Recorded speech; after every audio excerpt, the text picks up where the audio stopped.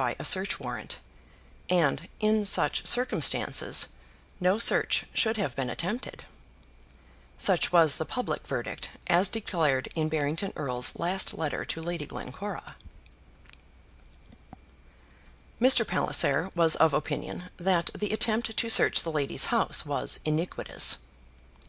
Mr. Bonteen shook his head, and rather thought that, if he were Home Secretary, he would have had the search made. Lady Chiltern said that if policemen came to her, they might search everything she had in the world.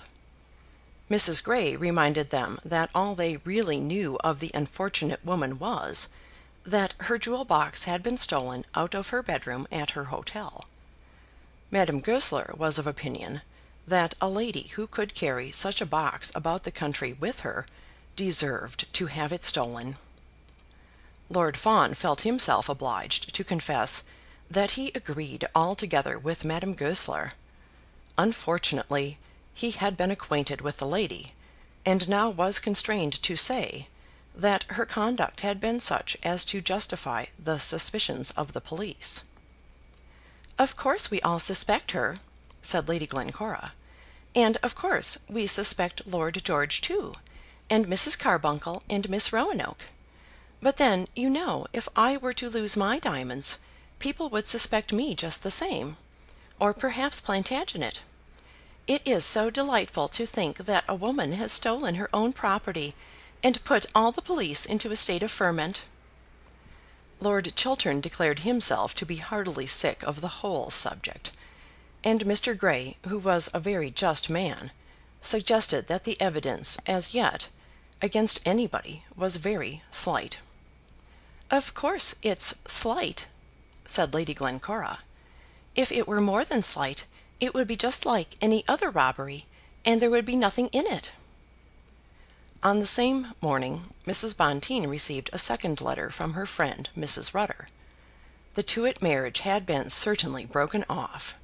Sir Griffin had been very violent, misbehaving himself grossly in Mrs. Carbuncle's house, and Miss Roanoke had declared that under no circumstances would she ever speak to him again.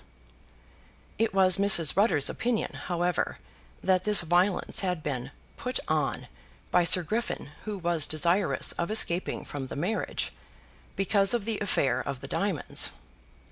"He's very much bound up with Lord George," said Mrs. Rutter, "and is afraid that he may be implicated." "In my opinion he's quite right," said Lord Fawn. All these matters were told to the Duke by Lady Glencora and Madame Goesler in the recesses of his Grace's private room, for the Duke was now infirm, and did not dine in company unless the day was very auspicious to him.